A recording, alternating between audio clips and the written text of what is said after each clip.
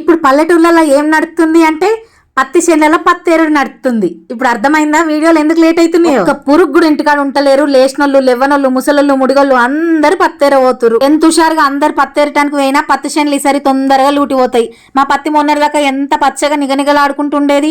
ఈ మధ్యన చెడగొట్టు వానలు పడుట్లా ఆకంతా రాలిపోయి రోగం వచ్చి చెట్టు అంతా ఎండిపోయినట్టు అయింది. ఈ వానలతోటి చెట్టు మీద ఉన్న పత్తికే మొలకొచ్చింది. బుగ్గ కూడా కర్రెగాయి కాయలు పల్లికాయ ఒలిసినట్టు ఒలుసుడైతుంది.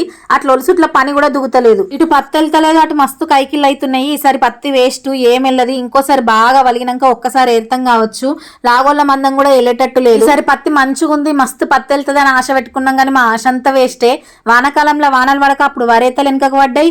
ఇప్పుడు వెనుకకు పడ్డ వానలతోటి పత్తి ఖరాబ్ అవుతుంది. రైతులు ఎప్పుడు మునుగుతారో తెలియదు, ఎప్పుడు తేలుతారో తెలియదు. 10 సార్ల పంట పాడై ఒక్కసారి మంచిగా పడినా కూడా ఎంతో సంతోషపడతాం. ఇటువంటి ఎన్ని ప్రకృతి విపత్తులు వచ్చినా, ఎన్ని రోగాలు వచ్చినా నష్టపోతామని తెలిసినా కూడా వ్యవసాయం చేసే వాళ్ళే రైతులు.